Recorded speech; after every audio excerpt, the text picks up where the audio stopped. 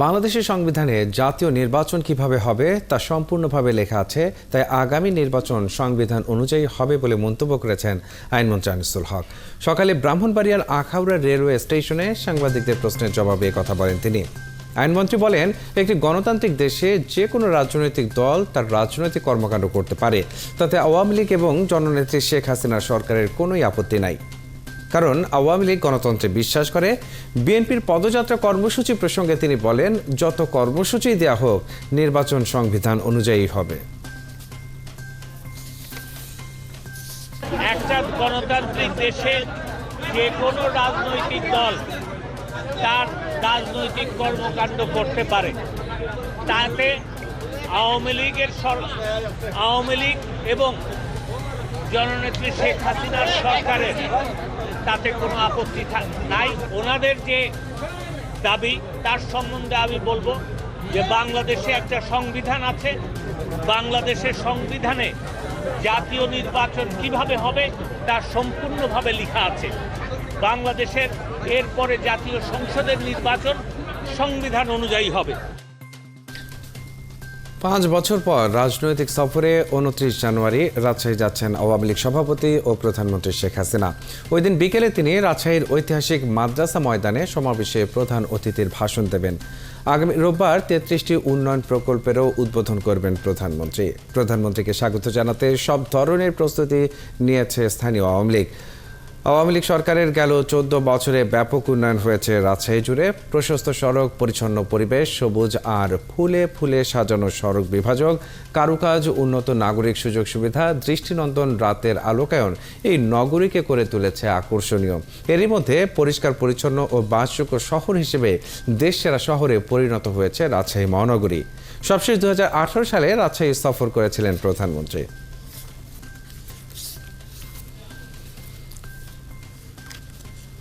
স্থানীয় সরকার মন্ত্রী মোহাম্মদ তাজুল ইসলাম বলেছেন, 2041 সালের মধ্যে বাংলাদেশ একটি স্মার্ট দেশে পরিণত হবে।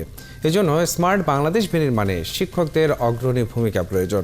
শুক্রবার সকালে কুমিল্লার লাকসাম উপজেলা বঙ্গবন্ধু পৌর অডিটোরিয়ামে চতুর্থ শিল্প বিপ্লবের চ্যালেঞ্জ মোকাবেলায় স্মার্ট বাংলাদেশ বিনির্মাণে শিক্ষকদের ভূমিকা শীর্ষক আলোচনা সভায় কথা বলেন তিনি। অতিরিক্ত জেলা প্রশাসক মোহাম্মদ কবিরুল ইসলামের সভাপতিত্বে বিশেষ অতিথি ছিলেন লাকসাম উপজেলা পরিষদ চেয়ারম্যান সহ অন্যরা। ভরা মৌসুমেও রাজধানীর বাজারে সবজির দাম চড়া। বেশিরভাগ সবজি বিক্রি হচ্ছে 50 থেকে 80 টাকা কেজিতে। বিক্রেতারা বলছেন, শীত ও কুয়াশায় সরবরাহ কমে যাওয়ায় দাম বেড়েছে। আর মোটা চালের দাম কিছুটা কমলেও কেজি প্রতি 3 থেকে 4 টাকা বেড়েছে সরু চালের দাম। শীতের শেষ সময়ে বাজারে সব ধরনের সবজির দামই চড়া, শুধু 12 মাসের সবজির দাম কিছুটা কম। এ নিয়ে ক্রেতারা অনেকেই অসন্তোষ জানিয়েছেন। যদিও দোকান ভাড়া, সরবরাহ ও পরিবহন ব্যয় বেড়ে যাওয়াকে দুষছেন খুচরা ও পাইকারি বিক্রেতারা। এদিকে নতুন করে জ্বালানি তেলের দাম বাড়ায় কৃষি পণ্য উৎপাদন থেকে বিপণনের দাম বাড়ছে, তাই অস্বস্তি মুদি বাজারেও। কোনো সুখবর নেই ক্রেতাদের জন্য। এছাড়া সরবরাহ ঠিকঠাক থাকলেও ইলিশ সহ সব ধরনের মাছ বাড়তি দামে বিক্রি হচ্ছে, ফলে ক্ষোভ নিয়েই বাজার সারছেন ক্রেতারা। আর গরু ও মুরগির মাংসের দাম আগের মতোই রয়েছে। এদিকে রাজধানীর বাইরেও বাজারগুলোতে বেড়েছে শীতকালীন সবজির দাম। 1 সপ্তাহের ব্যবধানে প্রায় সব ধরনের সবজিতে 5 থেকে 10 টাকা বেড়েছে।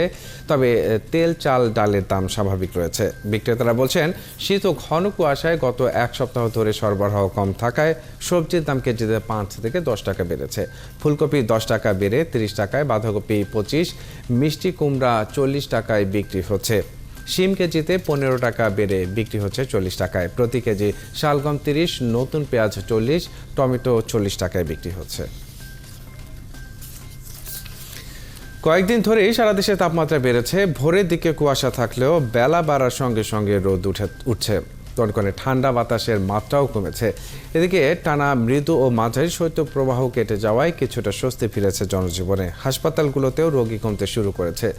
ওদিকে শুক্রবার দেশে সবচেয়ে কম তাপমাত্রা রেকর্ড করা হয়েছে পঞ্চগড়ের তেঁতুলিয়ায় 10.4 ডিগ্রি সেলসিয়াস। যশোরের অভয়নগরে ভাইপোর ছুরির আঘাতে মৃত্যু হয়েছে এক ব্যক্তির। শুক্রবার খুলনা মেডিকেলে চিকিৎসাধীন অবস্থায় তার মৃত্যু হয়। অভয়নগর থানার ওসি এ কে শামীম জানান, বৃহস্পতিবার রাত 9টার দিকে চেঙ্গুটিয়া গ্রামের রাজু আহমেদের বাসার ফ্রিজে মশলা রাখতে যান তার ভাইপো রাকিবুল। কিন্তু এর আগে ফ্রিজের একটি বক্স ভাঙার অভিযোগ করলে তাদের মধ্যে কথা কাটাকাটি হয়। এ সময় রাকিবুল ঘরে থাকা একটি ছুরি দিয়ে রাজু আহমেদকে আঘাত করে। পরিবারের লোকজন গুরুতর অবস্থায় রাজুকে প্রথমে অভয়নগরের স্বাস্থ্য কমপ্লেক্সে নিয়ে যায়, পরে উন্নত চিকিৎসার জন্য খুলনা মেডিকেলে নেওয়া হলে সেখানেই তার মৃত্যু হয়। কাজ না করেই প্রকল্পের অর্থ আত্মসাতের দায়ে লক্ষ্মীপুরের পার্বতী নগর ইউনিয়ন পরিষদের চেয়ারম্যান ওয়াহিদুর রহমানকে সাময়িক বরখাস্ত করা হয়েছে। স্বতন্ত্র প্রার্থী হিসেবে নির্বাচিত হয়ে গত বছর জানুয়ারিতে দায়িত্ব গ্রহণ করে ওয়াহিদুর রহমান। এরপর থেকে কাজের বিনিময়ে খাদ্য কর্মসূচির কোনো কাজ না করে টাকা তুলে নেন। একইভাবে তার বিরুদ্ধে অতি দরিদ্রদের কর্মসংস্থান সহ আরও 4টি প্রকল্প থেকেও অর্থ আত্মসাতের অভিযোগ ওঠে। ৭১ টেলিভিশনে এ খবর সম্প্রচারের পর স্থানীয় সরকার বিভাগ তদন্ত করে দুর্নীতির প্রমাণ পাওয়ায় ওয়াহিদুর রহমানকে বরখাস্ত করে। ময়মনসিংহে সংস্কৃতি কর্মীদের সমাবেশ অনুষ্ঠিত হয়েছে। শুক্রবার সকালে নগরীর জিমনেসিয়াম প্রাঙ্গণে এই সমাবেশের আয়োজন করে সম্মিলিত সাংস্কৃতিক জোট। এতে অংশ নেন স্থানীয় সংস্কৃতি কর্মীরা। সমাবেশে আলোচনা ছাড়াও আয়োজন করা হয় সাংস্কৃতিক অনুষ্ঠানের। সংস্কৃতি কর্মীদের মধ্যে জাগরণ ঘটাতেই এই আয়োজন বলে জানান আয়োজকরা।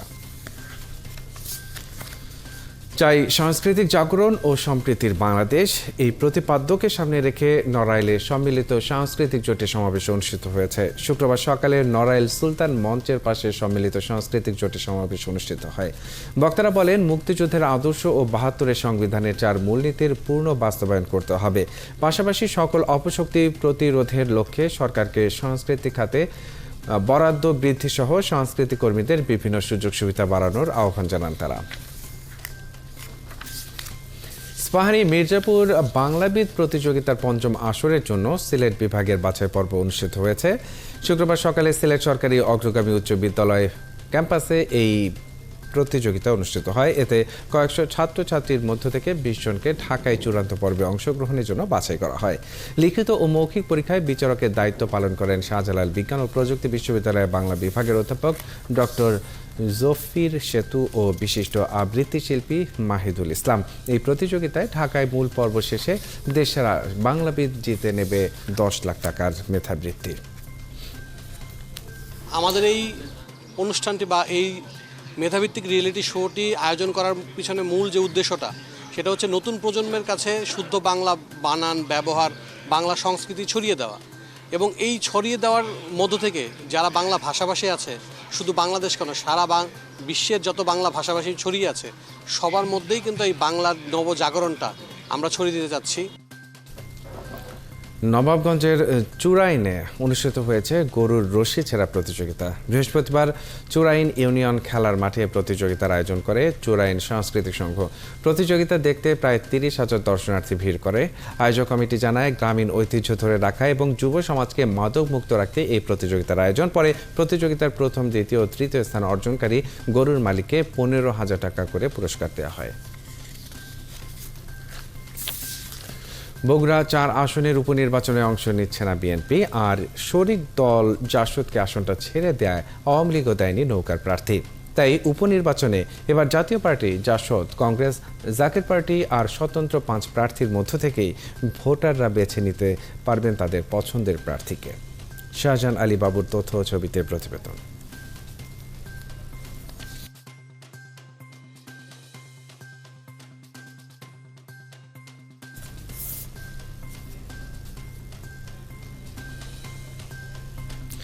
দর্শক, যান্ত্রিক ত্রুটির কারণে আমরা প্রতিবেদনটি এই মুহূর্তে দেখাতে পারিনি। নিশ্চয়ই সেটি সংশোধন হলে আমরা এই প্রতিবেদনটি আপনাদের দেখিয়ে দিতে পারবো। সংবাদ সমগ্রের এই পর্যায়ে আমরা বিরতি নিচ্ছি, ফিরছি কিছুক্ষণ পর। ৭১-এর সঙ্গে থাকুন। আচ্ছা, ৭১-এ চলছে সংবাদ সমগ্র। দেশের বাইরের খবর, ইউক্রেন জুড়ে আবারও রাশিয়ার ক্ষেপণাস্ত্র হামলায় 11 জন নিহত হয়েছে, আহত হয়েছে আরও 11 জন। জার্মানি এবং যুক্তরাষ্ট্র ইউক্রেনকে ট্যাঙ্ক সহায়তা দিতে সম্মত হওয়ার একদিন পরই এ ক্ষেপণাস্ত্র হামলা চালানো হলো।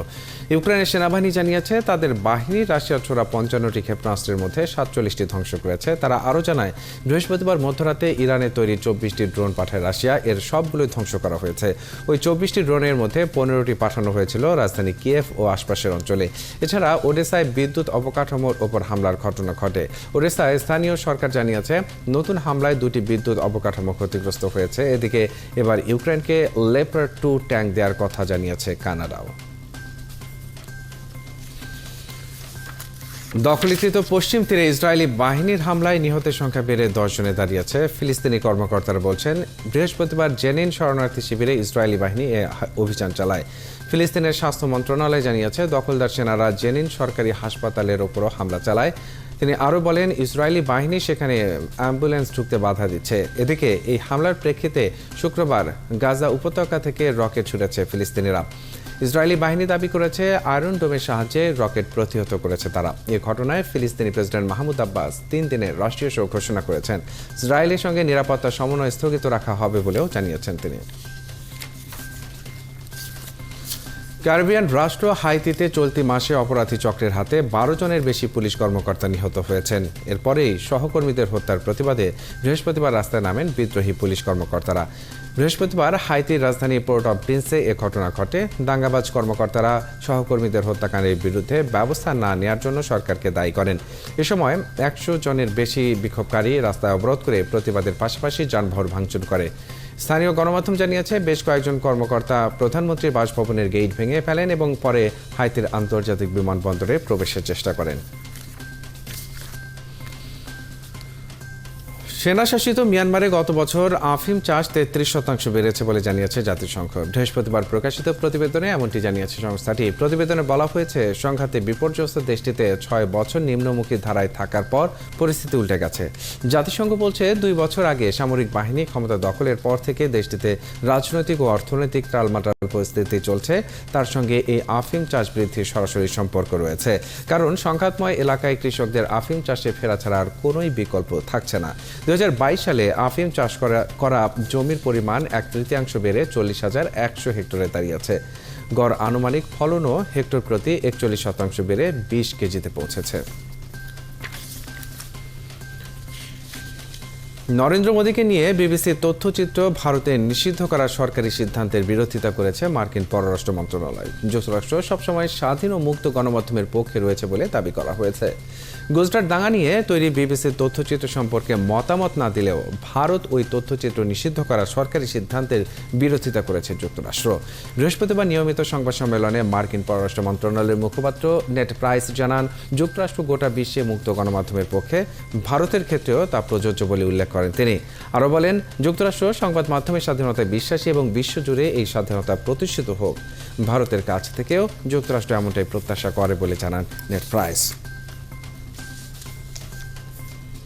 বিশ্বে প্রথম নাকে দেওয়ার করোনা ভ্যাকসিন ইনকোভ্যাক বাজারে আনলো ভারত। বৃহস্পতিবার দেশটির স্বাস্থ্যমন্ত্রী ডাক্তার মনসুখ মান্দাভিয়া এবং বিজ্ঞান ও প্রযুক্তি মন্ত্রী জিতেন্দ্র সিং এই ভ্যাকসিনের উদ্বোধন করেন। ভারত বায়োটেকের তৈরি এই ভ্যাকসিন দেশটির সরকারের কাছে 325 রুপি এবং বেসরকারি হাসপাতালে 800 রুপিতে বিক্রি হবে। গত বছরের ডিসেম্বরে প্রাথমিক 2 ডোজ করোনা টিকা যারা নিয়েছেন তারা বুস্টার ডোজ হিসেবে ইনকোভ্যাক নিতে পারবেন বলে অনুমোদন দেয় দেশটির সরকার। ইনকোভ্যাকের 2টি ডোজ 28 দিনের ব্যবধানে ব্যবহার করতে হবে। এর আগে ভারতের ওষুধের মান নিয়ন্ত্রক সংস্থা CDSCO 18 বছর বা তার বেশি বয়সীদের জন্য জরুরি পরিস্থিতিতে নাকে দেওয়ার ভ্যাকসিন ইনকোভ্যাক ব্যবহারের অনুমতি দেয়।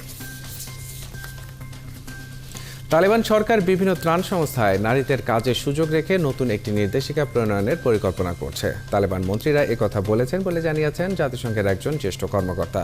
জাতিসংঘের কর্মকর্তা মার্টিন গ্রিফিথস বলেন, তালেবান মন্ত্রীদের সঙ্গে বৈঠকে তিনি এ বিষয়ে উৎসাহব্যঞ্জক সাড়া পেয়েছেন। গত মাসে এনজিওতে আফগান নারীদের কাজ করার উপর নিষেধাজ্ঞা জারি করে দেশটির বর্তমান ক্ষমতাসীন তালেবান সরকার। গ্রিফিথস আরও বলেন, এ বছর আফগানিস্তানে বিশ্বের সর্বকালের সর্ববৃহৎ মানবিক ত্রাণ সহায়তা কর্মসূচি পরিচালনা করতে হবে। জাপানের শতাধিক স্কুল ও বিশ্ববিদ্যালয়ে হত্যা ও বোমা বিস্ফোরণের হুমকি দিয়ে ফ্যাক্স পাঠিয়েছে অজ্ঞাত এক ব্যক্তি। এতে বন্ধ করা হয়েছে সব শিক্ষা প্রতিষ্ঠান। হুমকিদাতা ব্যক্তির খোঁজ করছে পুলিশ। গত সোমবার টোকিওর একটি নম্বর থেকে শিক্ষা প্রতিষ্ঠানগুলোতে এই হুমকি দেওয়া হয়। স্থানীয় গণমাধ্যমের খবরে বলা হয়েছে ৩৩০টির বেশি বোমা বিভিন্ন শিক্ষা প্রতিষ্ঠানে রাখা হয়েছে বলে দাবি করে ওই হুমকিদাতা। অন্য একটি চিঠিতে বড় ধরনের বোমা হামলার হুমকিও দিয়েছে সে। এই ঘটনায় নিরাপত্তার স্বার্থে অনেক শিক্ষা প্রতিষ্ঠান বন্ধ ঘোষণা করলেও বৃহস্পতিবার থেকে বেশিরভাগই খুলে দেওয়া হয়েছে, কারণ এখন পর্যন্ত শিক্ষা প্রতিষ্ঠানগুলোতে কোনো বিস্ফোরক খুঁজে পায়নি পুলিশ। গুপ্তচর বৃত্তির অভিযোগে এক চীনা প্রকৌশলী ও বিজ্ঞানীকে ৮ বছরের কারাদণ্ড দিয়েছে যুক্তরাষ্ট্র। যুক্তরাষ্ট্রের বিচার মন্ত্রণালয় থেকে বলা হয়, ওই প্রকৌশলীর নাম জি চাওয়েন। তার বয়স ৩১ বছর। তিনি ইউএস আর্মি রিজার্ভ হিসেবে নিবন্ধিত ছিলেন। এজন্য তিনি তার নিয়োগকর্তাকে নিজের সম্পর্কে মিথ্যা তথ্য দিয়েছিলেন। বিজ্ঞানী এবং প্রকৌশলী জির বিরুদ্ধে অভিযোগ, যুক্তরাষ্ট্রের এভিয়েশন ট্রেড সিক্রেট চুরির যে চেষ্টা চীন করছে তার সঙ্গে তিনি জড়িত। তিনি চীনের গোয়েন্দা সংস্থার একটি গুরুত্বপূর্ণ ইউনিটের নির্দেশে কাজ করছিলেন। একই সঙ্গে তার বিরুদ্ধে যুক্তরাষ্ট্রের সেনাবাহিনীকে মিথ্যা তথ্য দেওয়ার অভিযোগও করা হয়েছে। যুক্তরাষ্ট্রের টেনেসি অঙ্গরাজ্যের মেমফিসে এক কৃষ্ণাঙ্গ তরুণের মৃত্যুর ঘটনায় পুলিশের ৫ জন সাবেক কর্মকর্তার বিরুদ্ধে দ্বিতীয় ডিগ্রি হত্যার অভিযোগ আনা হয়েছে। বেপরোয়াভাবে গাড়ি চালানোর অভিযোগে ২৯ বছর বয়সী টায়ার নিকলসকে ৭ জানুয়ারি গ্রেপ্তার করা হয়েছিল। গ্রেপ্তারের ৩ দিন পর তিনি মারা যান। নিকলসের মৃত্যুর ঘটনায় যেসব সাবেক পুলিশ কর্মকর্তার বিরুদ্ধে দ্বিতীয় ডিগ্রি হত্যার অভিযোগ আনা হয়েছে তারা সবাই কৃষ্ণাঙ্গ। টেনেসির আইনে দ্বিতীয় ডিগ্রি হত্যাকে জেনে শুনে অন্যকে হত্যা হিসেবে সংজ্ঞায়িত করা হয়। ৫ পুলিশ কর্মকর্তা সবাই গত ৬ বছরের মধ্যে মেমফিস পুলিশ বিভাগে যোগদান করেছিলেন। নিকলসকে শারীরিক নির্যাতনের জন্য সরাসরি জড়িত থাকার বিষয়টি তদন্তে আসার পর গত সপ্তাহে তাদের বরখাস্ত করা হয়।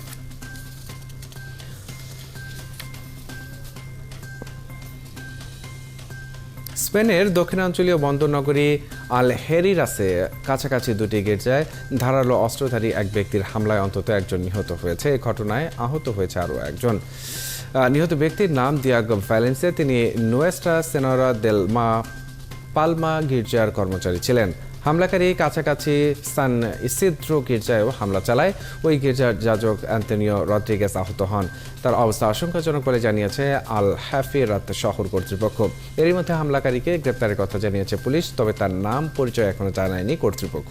স্থানীয় বেশ কয়েকটি গণমাধ্যমে হামলাকারীর বয়স ২৫ এবং জাতীয়তা মরক্কান বলা হচ্ছে। একে সম্ভাব্য সন্ত্রাসবাদী হামলা ধরে নিয়ে তদন্ত শুরু করেছে স্পেন পুলিশ।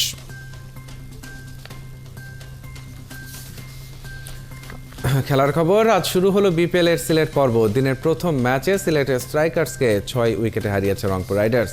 এর আগে টস জিতে ব্যাট করতে নেমে শুরুতে হোঁচট খায় সিলেট। ইনিংসের দ্বিতীয় ওভারেই ফিরে যান টম মুডস। ২ রানে আসে এই ব্যাটারের ব্যাটে। নাজমুল হোসেন শান্ত ফেরেন ৯ রান করে। রানের খাতা খোলার আগেই ফিরে যান তৌহিদ হৃদয়। মুশফিক ও জাকিরও ফেরেন ০ রানে। সবার ব্যর্থতার দিনে আলো ছড়িয়েছেন তানজিম সাকিব। ৪১ রান আসে এই ব্যাটারের ব্যাটে। শেষ পর্যন্ত ৯২ রানের পুঁজি পায় সিলেট। লক্ষ্য তাড়া করতে নেমে দ্রুত উইকেট হারালেও রনি তালুকদারের অপরাজিত ৪১ রানে ভর করে জয় তুলে নেয় রংপুর। ইংলিশ এফএ কাপের চতুর্থ রাউন্ডে মাঠে নামছে দুই জায়ান্ট। ইতিহাদ স্টেডিয়ামে রাত ২টায় ম্যানচেস্টার সিটির বিপক্ষে লড়বে আর্সেনাল। তৃতীয় রাউন্ডে ম্যান সিটির ঘরের মাঠে চেলসিকে হারায়। পেপ গার্দিওলার দল নিজেদের শেষ ৫ ম্যাচে ৩টিতে জিতেছে। বর্তমানে লিগ টেবিলের ২ নম্বরে আছে সিটিজেনরা। লিগের টপার আর্সেনাল নিজেদের শেষ ৫ ম্যাচে ৪টি জিতেছে। দু দলের সর্বমোট ১৮৫ বারের দেখায় এগিয়ে আছে গানাররা। আর্সেনালের ৮৯ জয়ের বিপরীতে ম্যান সিটির জয় ৫৪টিতে। দু দলের শেষ দেখায় ম্যান সিটির কাছে হেরেছিল গানার্স।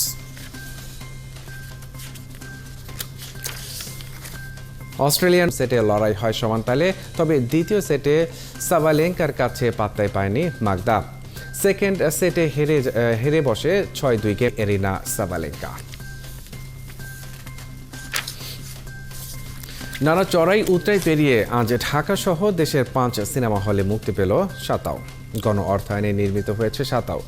খন্দকার সুমন পরিচালনা করেছেন ছবিটি। রংপুর অঞ্চলের প্রান্তিক মানুষের জীবন ও সংকটের গল্প তুলে এনেছেন তিনি। রংপুর লালমনিরহাটের তিস্তা নদীর ধারে সিনেমার দৃশ্য ধারণ করা হয়েছে। সিনেমার কৃষক চরিত্রে অভিনয় করেন অভিনেতা ফজলুল হক ও তার স্ত্রীর ভূমিকায় রয়েছেন আইনুন পুতুল। এরই মধ্যে সাতাও ঢাকা চলচ্চিত্র উৎসবে জিতে নিয়েছে সেরা ছবির পুরস্কার।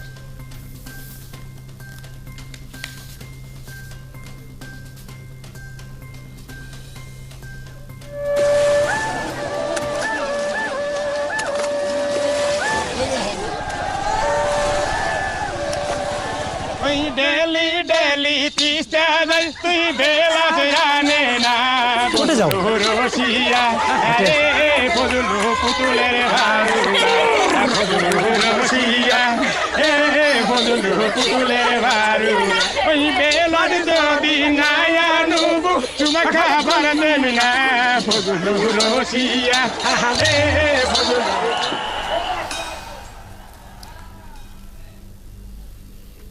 বাঙালি সাংস্কৃতিক আন্দোলনের অন্যতম ব্যক্তিত্ব সঙ্গীত বিশেষজ্ঞ লেখক সাংবাদিক ওয়াহিদুল হকের ১৬তম মৃত্যুবার্ষিকী আজ। ২০০৭ সালের ২৭ জানুয়ারি মারা যান তিনি। মুক্তিযুদ্ধে সাংস্কৃতিক দলের সংগঠন সহ ছায়ানট, জাতীয় রবীন্দ্রসঙ্গীত সম্মিলন পরিষদ, কণ্ঠশীলন, আনন্দধ্বনি, নালন্দা ব্রতচারী সমিতি, সরোজ সংগঠনগুলোর প্রতিষ্ঠাতা তিনি। দেশে রবীন্দ্রসঙ্গীত ও রবীন্দ্র গবেষণায় অবদান রেখেছেন ওয়াহিদুল হক। তার লেখা উল্লেখযোগ্য গ্রন্থের মধ্যে রয়েছে চেতনা ধারায় এসো, গানের ভেতর দিয়ে, সংস্কৃতি জাগরণের প্রথম সূর্য ও সংস্কৃতির ভুবন। ঐতিহ্যের পিঠা উৎসবে মাতল সুইজারল্যান্ডের জেনেভার বাঙালিরা। বাংলা পাঠশালায় জেনেভায় বসবাসরত বাঙালিদের অংশগ্রহণে উৎসব মুখর এ আয়োজনে পিঠা উৎসবের পাশাপাশি ছিল সাংস্কৃতিক অনুষ্ঠান। বাংলা সুইস কালচারাল অ্যাসোসিয়েশনের আয়োজনে হরেক রকম দেশীয় পিঠার সম্ভার নিয়ে আসে প্রবাসীদের মধ্যে। সংগঠনের সভাপতি রিয়াজুল হক ও সাধারণ সম্পাদক এহতেশামুল হকের সঞ্চালনায় পিঠা উৎসব ছাড়াও ছিল সাংস্কৃতিক অনুষ্ঠান। এতে সঙ্গীত আবৃত্তি ও নৃত্য পরিবেশন করে বাংলা পাঠশালার শিক্ষার্থীরা। ২০১৩ সাল থেকে বাংলা পাঠশালা প্রবাসী বাঙালি পরিবারের শিশুদের বাংলা ভাষা পাঠদান সহ শিক্ষা ও সাংস্কৃতিক কার্যক্রম আয়োজন করে আসছে।